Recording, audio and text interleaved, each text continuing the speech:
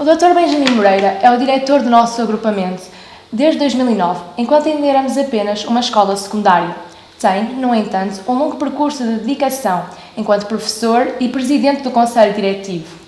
Aproxima-se o fim deste mandato e, com ele, a saída para um merecido descanso. Nesta entrevista, queremos que fique o registro de um caminho feito de determinação, audácia e muita atenção aos problemas de todos os alunos. Professor Benjamin, ao longo destes 3 anos enquanto diretor do agrupamento e da escola secundária, calculamos que teve imensos desafios. Quais foram aqueles mais marcantes e mais difíceis?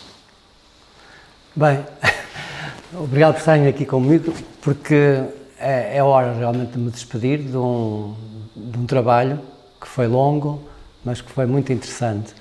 Nesses 13 anos de direção do agrupamento houve muitos desafios, mas digamos que o último, este mesmo da pandemia, foi um grande desafio. Mas eu penso que esse está vencido, penso que estamos todos a conseguir ultrapassá-lo. Mas houve desafios anteriores bem importantes também. Foi, desde logo, a requalificação da Escola Secundária de Santa Maria Maior. Foi o primeiro grande desafio, precisamente em 2009. Tivemos que definir todo o plano de requalificação física e funcional. Depois foi a requalificação da FREI e, finalmente, também, no ano passado, uma pequena requalificação da Escola do Carmo. Mas a parte da requalificação física dos edifícios dá muito trabalho a um diretor, mas há outra parte que é a requalificação do trabalho, a requalificação dos objetivos, repensar tudo o que é pedagogicamente adequado para transformar a escola numa escola de excelência. Esse foi o desafio que eu fiz acompanhar a requalificação física. É a requalificação pedagógica no sentido de transformar esta escola, a escola secundária na altura, em 2009, 2011, numa escola de excelência com desafios redobrados para garantir o sucesso escolar e educativo de todos os nossos alunos. Portanto, há vários desafios e, nessa altura, havia um outro aspecto importante. Em 2013, com a criação do agrupamento de escolas de Santa Maria Maior, com a incorporação da Escola do Carmo, a Escola Frei Bartolomeu dos Mártires e a secundária num único agrupamento, houve que transformar também toda a dinâmica da imagem, da marca que é o agrupamento de escola de Santa Maria Maior. Esse trabalho foi feito sempre com a população, sempre com os alunos. Eu lembro, por exemplo, que a definição do símbolo da escola, do logótipo da escola, do agrupamento, foi um trabalho lindíssimo, porque nós fizemos inquéritos à população, a todos os alunos, e foram os alunos, e foram os professores e os funcionários que decidiram que o nosso símbolo seria uma árvore assente num círculo, que é o símbolo perfeito, e depois o vermelho, que foi sufragado, e todos votaram pelo vermelho porque mostra potência, mostra desafio, mostra energia, e era isso que nós queríamos. Queríamos ser árvores que nascemos, crescemos, consolidamos e nos realizamos, portanto. E o símbolo que foi construído desde 2009 e todo o design que foi construído a partir daí é a nossa imagem de marca e é já uma referência em termos nacionais, tenho que dizer. E qual foi o momento que mais se orgulhou? Houve muitos momentos ao longo destes 13 anos como diretor de que tenho muito orgulho. Por um lado, a requalificação que foi difícil, porque na altura vivíamos em tempos difíceis da Troika, o país estava na bancarrota e em 2011 havia que tomar decisões e eu acho que sonhei que podia juntar as fases da obra, porque a empresa na altura tinha capacidade de intervenção e então conseguir acabar a obra em 2011, de tal maneira que no dia 3 de janeiro de 2012 pudemos inaugurar a nova escola, com a falta de algumas coisas, por exemplo a bancada do auditório que só agora é que foi recuperada, mas foi possível terminar uma obra grandiosa, portanto houve muitos desafios. O outro segundo grande desafio foi o agrupamento das escolas. A união do agrupamento de escolas de Frei Bartolomeu dos Mártires com a Escola Secundária de Santa Maria Maior são duas entidades, duas escolas que tinham uma grande identidade, uma forte identidade. Portanto, foi necessário paulatinamente construir uma nova identidade, que é esta identidade do agrupamento de escola de Santa Maria Maior, que atingiu os objetivos. Eu penso que nós estamos num patamar de excelência já e em poucos anos, desde 2013 até hoje, conseguimos consolidar toda uma imagem e toda uma credibilidade, de tal modo que nós hoje somos uma escola atrativa que recebe cada vez mais alunos e o ano passado e este ano estamos a atingir quase o limite máximo da nossa capacidade, o que muito me orgulha e, portanto, digamos que são os dois grandes desafios, a requalificação das escolas, física e funcional, e a aposta num projeto educativo sólido, forte, que engloba toda a gente, alunos, professores, funcionários, pais, e todos se identificam, todos se reconhecem no trabalho que é feito, o trabalho pedagógico, naturalmente, que é feito todos os dias nas 13 escolas deste agrupamento. Portanto, um grande orgulho para mim, claro. Agora, se nos permite sabermos algumas curiosidades, gostávamos de saber, primeiramente, que tipo de aluno é que era no secundário, se é possível abordarmos um bocadinho essa temática. Para vocês isto é um bocado complicado de explicar, porque no meu tempo, é engraçado, já ontem, por exemplo, naquela reunião que houve do dia dos cursos profissionais, eu contei aos 240 alunos que lá estavam no auditório da FREI, que foi na FREI, eu contei porque os tempos são completamente diferentes, não têm nada a ver. Eu, quando era da vossa idade, tinha que estudar, tinha que trabalhar, não podia faltar. Portanto, era um aluno dedicado, sempre fui um bom aluno, e era um aluno dedicado porque na escola quem faltava eram os ricos. E os ricos eram a maior parte dos alunos das escolas. No liceu onde eu estudei, o Liceu de Guimarães, cujo reitor até era deputado da Assembleia Nacional, antes do 25 de Abril, os ricos tinham faltas de castigo, portavam-se mal, atiravam tacos, etc., uns aos outros, mas eram expulsos, mas podiam chumbar, reprovar. Os filhos das classes médias, das classes baixas, das famílias humildes, como era o meu caso, nós tínhamos o dever de estudar. Mas não era por sentir o dever, não, eu é que intrinsecamente sentia-me, gostava de aprender, gostava de saber, lia muito mais do que aquilo que me era exigido na escola, sempre gostei de saber mais e talvez por isso é que gosto de ser diretor também, que é para contribuir que todos gostem de estudar, de saber. Portanto, não se pode comparar os tempos. Hoje os alunos vêm até ao 12º ano à escola para... alguns são obrigados. Suponho que nesta escola, neste agrupamento, a quase totalidade dos alunos está cá porque quer ser alguém, que está cá por um desafio próprio, pessoal, mas antes do meu tempo não. Só alguns é que estudavam e os outros não. E, portanto, por exemplo, eu já agora aproveito para vos dizer que dos meus colegas do primeiro ciclo, que na altura se chamava ensino primário, quase todos foram, aos 10 anos de idade, crianças, foram trabalhar para fábricas de cutelarias, para fazer garfos, facas e colheres, ou empresas têxteis aos 10 anos de idade. Portanto, isto era um crime, um absoluto crime que o regime político português fazia, porque os nossos desgraçados líderes políticos consideravam que não era necessário a população estudar muito, bastava a 4ª classe e depois ir trabalhar para contribuir para o desenvolvimento do país, desenvolvimento de um país miserável, não é? Que depois do 25 de Abril se alterou. Bom, penso que já estou a fugir à pergunta. Mas com essa sua resposta já acabou por responder à minha segunda pergunta, que seria, durante a sua fase escolar, se tinha dado alguma desculpa para faltar a uma aula, mas como o diretor disse que era muito certinho e nunca faltava, podemos. E o Sr. Diretor sempre quis ser professor? Sim, desde que me lembro, desde muito cedo, desde os talvez 13 anos, que eu senti essa forte vontade de partilhar com os outros aquilo que eu sabia. Eu gostava de aprender, gostava de saber e sempre achei que gostaria de fazer isso. Aliás, uma das razões principais era uma certa vontade de transformar o mundo.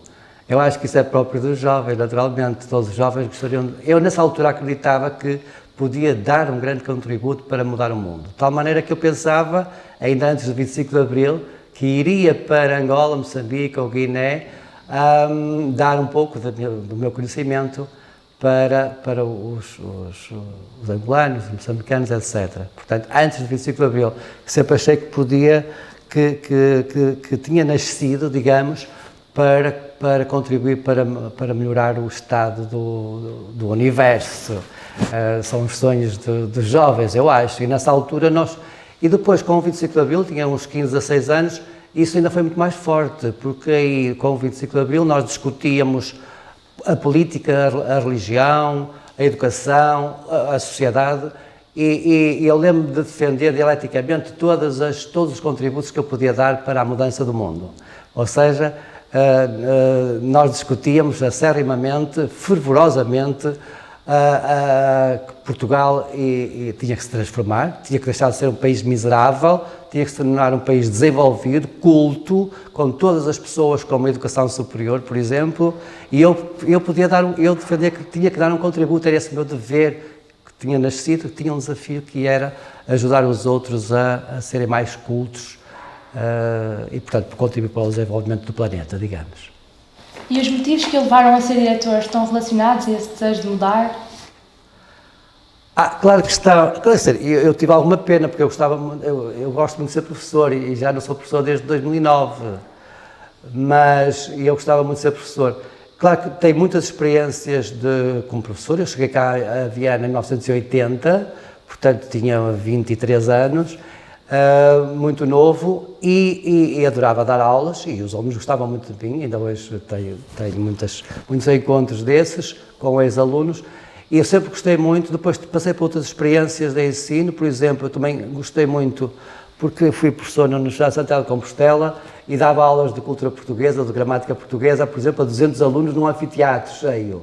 E é qualquer coisa de incrível nós conseguirmos passar empaticamente para aqueles que nos estão a ouvir o nosso conhecimento e saber que há reciprocidade, saber que há alunos do outro lado, muitos alunos ávidos pela partilha, ávidos pelo conhecimento, questionando muito. Alunos que questionam obrigam o professor também a preparar-se melhor. E esse desafio é intelectualmente muito motivador, muito interessante. Isso realiza realmente uma pessoa. E, portanto, como diretor, acho que estou a responder à pergunta, como diretor eu penso que transportei toda essa minha grande vontade de ensinar. Só que, como eu achei a certa altura, quando voltei, eu voltei de Santiago e vi que esta escola precisava do meu contributo. Porquê? Porque eu senti, pelo que via, pelo que observava, que podia dar um contributo para a melhoria da qualidade do ensino aqui da escola secundária, e senti que, como diretor, podia ter uma capacidade maior de intervenção. Como professor tinha com 3, 4 turmas, mas como diretor podia dar um contributo maior para isso. E, portanto, senti que era um novo desafio. É verdade que anteriormente, eu ainda nem 30 anos fui presidente do Conselho Diretivo desta escola, quase por acaso. Mas depois fugi, porque senão podia ficar condenado a ser eleito para o Conselho Diretivo, então fugi, fui fazer o Estado para Lisboa para não poderem votar em mim. E é engraçado que depois, quando em 2008 voltei para a escola, porque tive 10 anos fora, acabei por voltar a sentir um brilhozinho interior que me dizia que eu tinha que dar, novamente, digamos, ou aprofundar o meu contributo para a qualidade, para o trabalho educativo que é feito nas escolas. Enquanto diretor, alguma vez teve assim umas ideias estranhas, ideias fora da caixa, que nunca tenha chegado a realizar por algum motivo? Se sim, pode partilhar alguma? Ou chegou a realizar todas as ideias que tinha em mente para o agrupamento? Não, houve uma ideia tonta que eu não consegui, que abandonei, mas já me ri muito, mas foi uma ideia até muito recente, muito engraçada, que era termos ovelhas aqui na escola, porque nós temos um grande espaço exterior com erva, e nós não tínhamos ninguém que a cortasse, as máquinas estavam avariadas, e a solução que eu achei, e acho que era uma solução lógica, era termos umas ovelhas E até era muito educativo, eu achava, até os alunos podiam ver como é que nasciam as ovelhinhas, essas coisas todas. E cheguei a falar no Grêmio, falei com engenheiros agrónomos, falei com entidades que têm que autorizar, mas o processo era de tal modo complexo, de tal modo exigente, de tal modo comprometedor com tudo, que acabei por abandonar. Porque, entretanto, nessa altura também havia aquelas campanhas incríveis contra aqueles que deixam as vaquinhas coitadinhas à chuva. E, portanto, essas campanhas eram perturbadoras, porque todos me assustavam com as ovelhas e havia muitos movimentos de libertação das ovelhas do espaço fechado, que era a escola, etc. E coitadinhas, elas não podiam estar à chuva, tinham que ter uma casinha muito acolchoada, etc. E, portanto, foi divertido. Foi uma ideia que não concretizei. A outra ideia que se calhar diferente e talvez mais interessante que não consegui, mas que só consegui em parte, é que todos os alunos, os nossos 2.000 alunos do agrupamento tivessem, e não foi possível que todos tivessem, claro, tivessem em algum momento tido a possibilidade de comunicar publicamente ideias, discutir assuntos, etc. Porque eu acho, isso talvez seja uma marca que eu tive, marca negativa do meu tempo, é que eu acho que nós, quando éramos alunos, sempre éramos ouvintes, nunca éramos autores, atores. O professor era o dono da sabedoria e os alunos aprendiam, ouviam. Ora, eu achei que a grande mudança que se deve fazer hoje na escola é mesmo a da comunicação. É absolutamente importante que os alunos comuniquem numa situação oral, formal, para desenvolver todas as suas competências de raciocínio e de expressão dos seus pensamentos. E isso está associado também ao pensamento crítico, naturalmente, não é? Para desenvolver e defender as suas ideias. E do contato que eu tive em congressos, que eu participei antes de ser diretor, era isso que se fazia em alguns países. E nós, portugueses, tínhamos alguma dificuldade de afirmação, porque não éramos preparados para a intervenção pública. O que não quer dizer que não haja alunos que têm essas capacidades, esses talentos, não é? Tem, mas eu estou a falar da totalidade dos alunos do agrupamento. Tínhamos que criar espaços propícios ao desenvolvimento da capacidade de comunicação oral e discussão dos assuntos, das ideias. Sabendo que alguns alunos passam por alguns problemas, principalmente se calhar na parte do ensino secundário, gostaríamos de saber se o Sr. Diretor tem alguma situação que retrate um problema que tenha passado, uma situação mais difícil, que se lembre.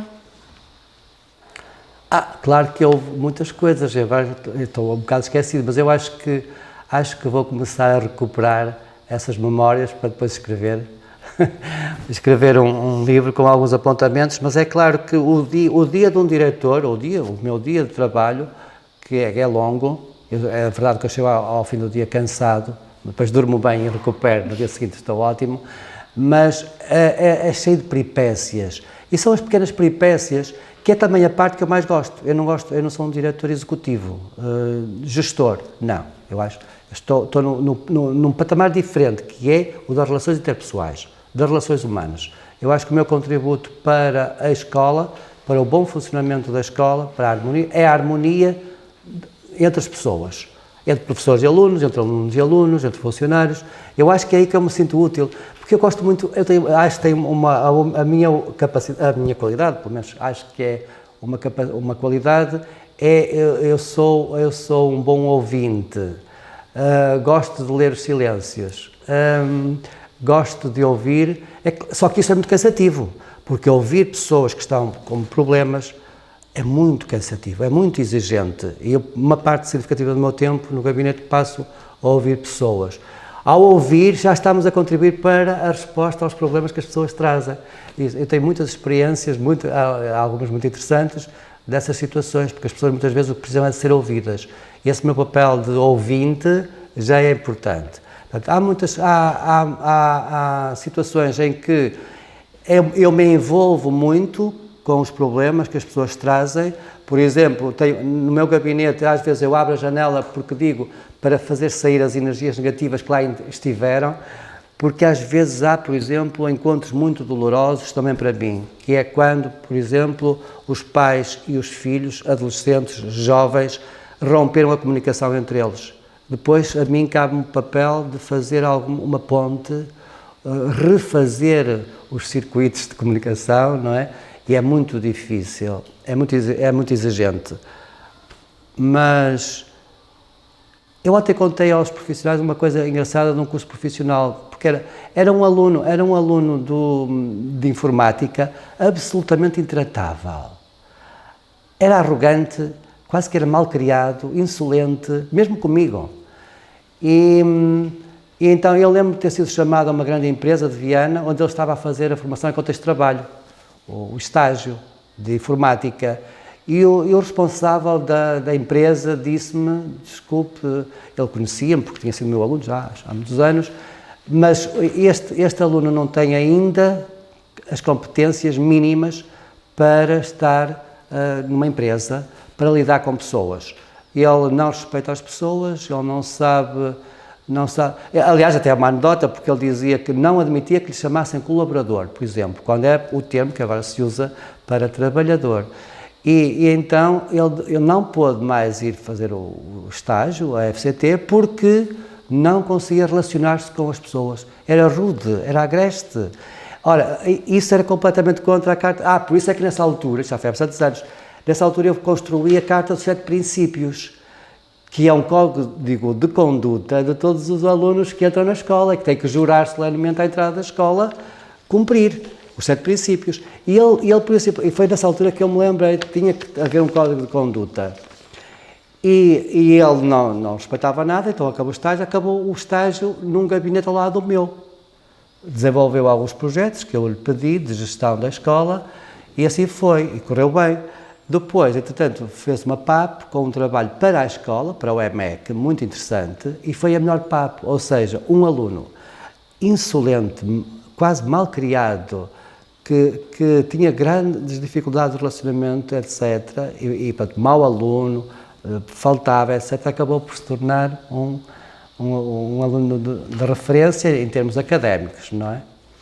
Mas lá está, as coisas negativas acabam por um aluno que foi terrível, muito difícil de suportar na escola e que no fim acaba por ser um exemplo e no fim acaba por ser também um motivador para eu ter construído um documento, a Carta dos 7 Princípios, que agora me estou a lembrar que teve início precisamente nessa altura e que é uma referência importante do agrupamento, porque gera todo o relacionamento interpessoal e essa Carta de 7 Princípios até já a apresentei num congresso internacional em Lisboa, na Gulbenkian, há 3 ou 4 anos, e tem os ingredientes fundamentais daquilo que deve ser o bom ambiente de uma escola para conseguir atingir bons resultados. Um traço marcante do Sr. Diretor é a capacidade de conhecer bem os seus alunos deste agrupamento. Consegue estar num corredor e perceber que determinado aluno não faz parte deste agrupamento. Como consegue? Tem algum truque? Agora com as máscaras foi mais difícil. No ano passado tive mais dificuldade. Não me senti... Eu antes andava muito mais a conversar nas turmas e nos corredores com os alunos. Agora só tínhamos uma entrada e eu todos os dias, ou quase todos os dias, estava à entrada a dizer bom dia. E havia pessoas que já vinham a dormir, ou tristes, olhar para o chão. O facto de eu dizer bom dia, eles mudavam logo de visual. Ou quando vinham mais atrasados, eu dizia boa tarde. E alguns ficavam a pensar e depois percebiam, sorriam e ficavam bem dispostos. Ou seja, às vezes, com esses pequenos gestos, eu conseguia que os alunos recuperassem o dia, né? Ficassem bem. Mas já não sei qual era a pergunta.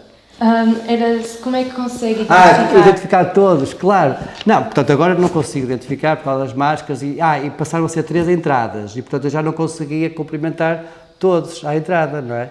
E não consigo reconhecer todos, mas lá está, tem a ver com aquela qualidade que eu digo que tenho, que eu gosto muito de ouvir para compreender, gosto muito de ver para entender. E porquê? Porque agora digo-se uma coisa engraçada, é que o que nós somos intelectualmente devemos à parte sensorial, aos órgãos dos sentidos. Por exemplo, Ouvir é entender é primeiro com o ouvido, e o entender passa para o raciocínio. Primeiro nós ouvimos e depois é que entendemos com as nossas capacidades intelectuais. O ver, eu estou a ver o que está a dizer, estou a compreender. Ora, compreender é o tato, originalmente são os órgãos de sentidos que funcionam e que fazem a ponte para o cérebro e, portanto, digamos que se nós tivermos a capacidade de ouvir, de ver, de tocar, eu às vezes toco, a dar um safanão na brincadeira, não é? Isso torna-nos mais conhecedores da realidade. Portanto, é fácil. E basta olhar para uma pessoa no corredor, basta olhar para os olhos, basta olhar para a postura, para a maneira como anda, para se ver se é ou não é da escola. Porque, como é que eu ia dizer? As pessoas são os lugares, as pessoas e os lugares criam uma relação muito forte, mesmo que não se apercebam, claro.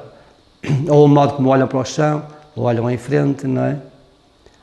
Mas isso, digamos que eu antes da pandemia, eu conhecia os alunos a partir do primeiro dia, porque eu antes de qualquer aluno entrar na escola, na porta do auditório, eu estava lá e só entrava no auditório quem eu cumprimentasse. E ao cumprimentar havia muitos, por exemplo, que não tinham a mão firme. Ora, não se pode cumprimentar ninguém com a mão mole, porque isso não é cumprimentar a sério. Tem que ser firme, um cumprimento firme. Ou então, em vez de olhar olhos nos olhos comigo, olhavam para o chão. Ora, eu tinha que dizer, olha para mim, porque tens que me respeitar. Se não olhas para mim, não me estás a respeitar, estás-me a ignorar, não me estás a dar importância. Ora, eu estou aqui, eu sou o Benjamin, estou a cumprimentar-te, olha para mim, olhos nos olhos e a mão firme. Então dizia, bem-vindo à escola. Ele dizia o nome, dizia, bem-vindo à escola. Então eu entrava, não é?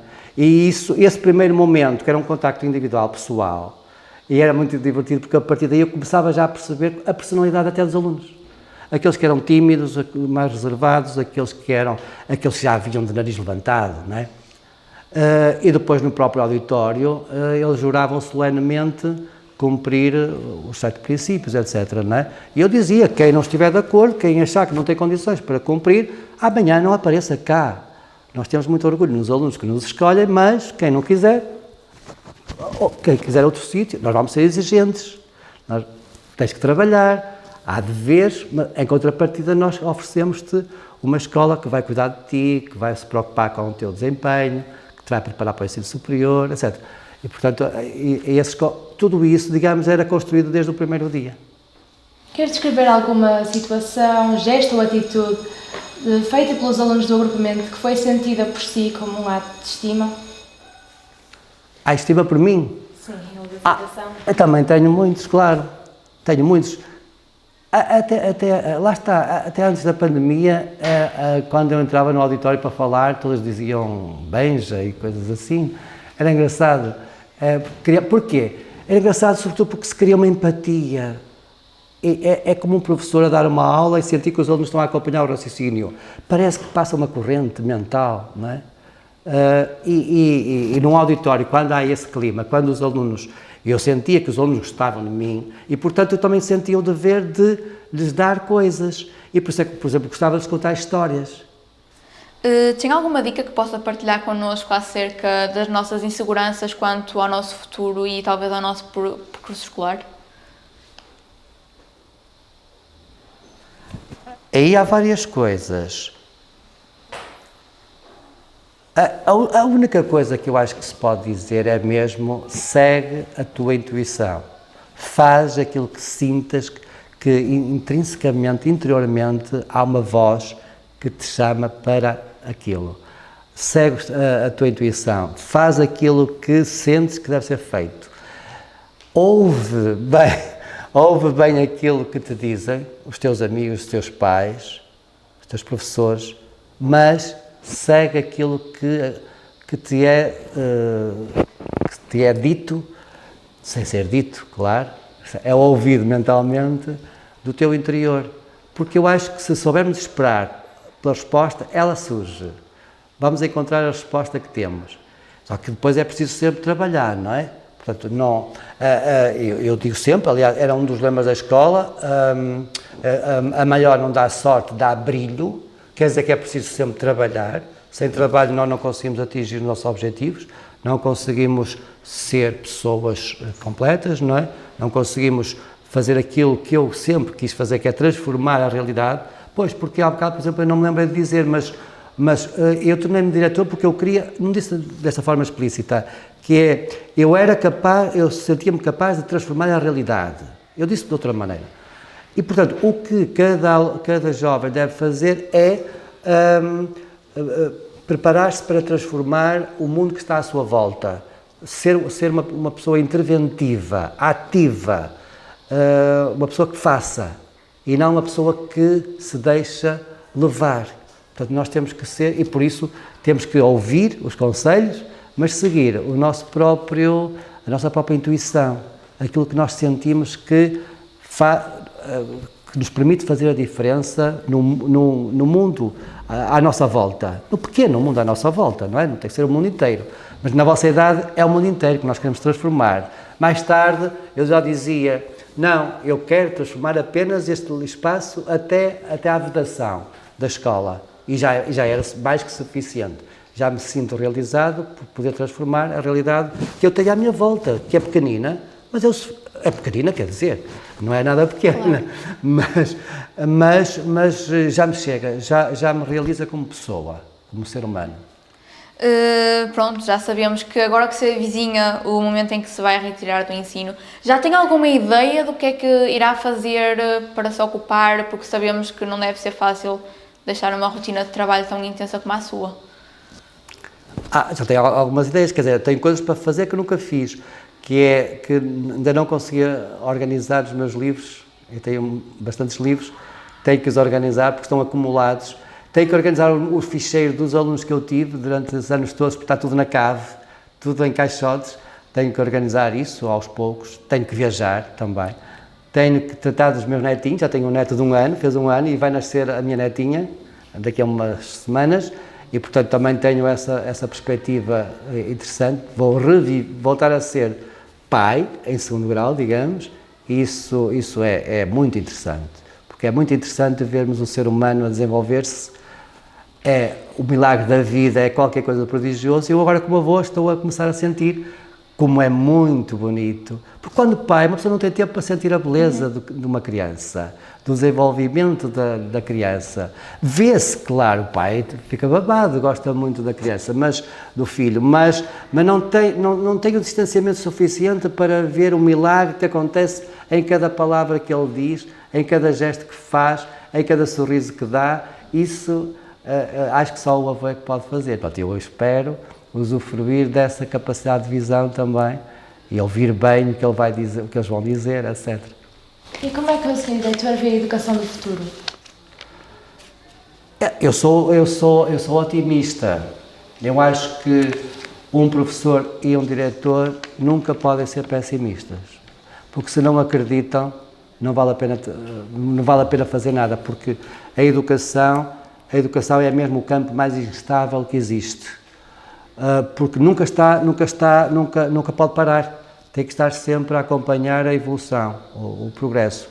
Temos sempre que nos adaptar às situações. Mas isso é uma vantagem, porque a profissão de professor é a mais bonita que existe, porque o professor nunca envelhece. Porquê? Porque os seus alunos nunca envelhecem. E, portanto, nós temos o desafio mental, intelectual, de estar sempre de acordo, em sintonia com os jovens, as pessoas da mesma idade. Portanto, o professor nunca envelhece. E como é que nunca envelhece? Porque acredita nos jovens. Os professores que não acreditam que os jovens vão conseguir obter os seus objetivos, ter boas notas, entrar no curso que querem, realizar-se como alunos, é um professor que não é professor porque cruza os braços e sente-se impotente, incapaz de contribuir para o desenvolvimento da pessoa humana que há em cada um dos alunos. Ora, o professor a sério sabe que tem que acreditar nos alunos. E vale a pena. Ainda nesses dias discuti muito com uns pais que vieram aqui reclamar por causa do filho e diziam que agora os jovens não aprendem nada, isto. Eu disse, o senhor está a dizer uma alarvidade, não sabe o que está a dizer, olha que o meu percurso académico foi este, tal, ele não sabia, mas eu disse-lhe, e os alunos todos desta escola, no 12º ano, sabem muito mais do que eu sabia quando andava no liceu, na minha idade, há 50 anos atrás. Portanto, e provava com exemplos. Portanto, eu acredito na educação. A educação é mesmo o mais importante que há num país e no universo.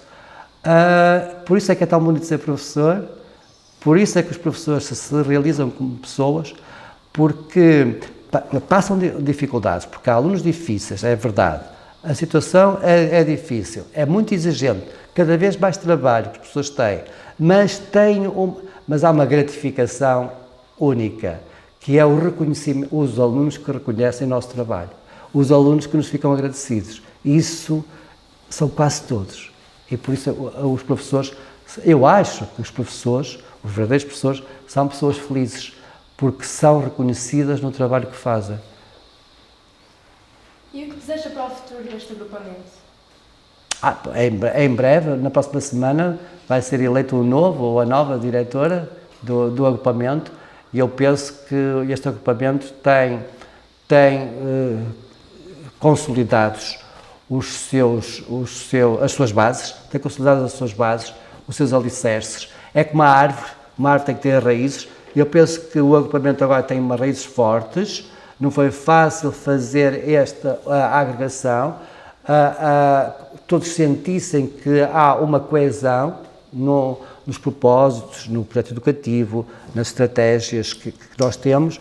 Acho que isso foi conseguido, estamos em equilíbrio e, portanto, agora eu acho que é sempre em frente. Nós conseguimos em 2016 uma avaliação externa muito boa, em todos os parâmetros, em todas as dimensões. Isso é reconfortante e agora não se pode recuar. Eu penso que quando a qualidade está assegurada a vários níveis, quando a avaliação interna está assegurada, quando a autoavaliação de todas as estruturas do agrupamento estão a funcionar, quando há uma identidade sentida por todos, porque todos vestem a camisola do agrupamento, todos se sentem honrados por serem agrupamento. O agrupamento é muito atrativo, não só para os alunos que procuram, mas também para os professores. Há um aumento significativo do número de professores, no número de funcionários e no número de alunos, e, portanto, eu acho que já não se pode voltar atrás. Acho que agora é sempre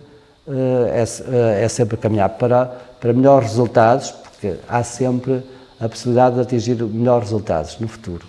E eu acho que o que há de melhor na escola é que todos se sintam bem no espaço que partilham. Isso é o que faz a diferença entre uma escola e outra escola. Uma escola que tenha um clima, um ambiente agradável, de bem-estar, de conforto, em que as pessoas se sentem bem, e uma escola em que isso não acontece. Eu penso que neste agrupamento está garantido isso e, portanto, estou contente e tenho boas expectativas em relação ao futuro do agrupamento. Muito obrigada por nós termos esta honra de fazer a entrevista e por tirar um bocadinho do seu tempo para realizá-la. Queremos que leve de nós e dos alunos do agrupamento a nossa admiração, reconhecimento e, acima de tudo, a nossa amizade. É obviamente que deixa uma marca no agrupamento e nas 3 escolas, e não só nas escolas, mas também nas nossas vidas. Só nos resta desejar-lhes muitas felicidades para o que ainda vai fazer e, mais uma vez, muito obrigada. Muito obrigado eu, gostei muito de estar a falar convosco. E sejam felizes.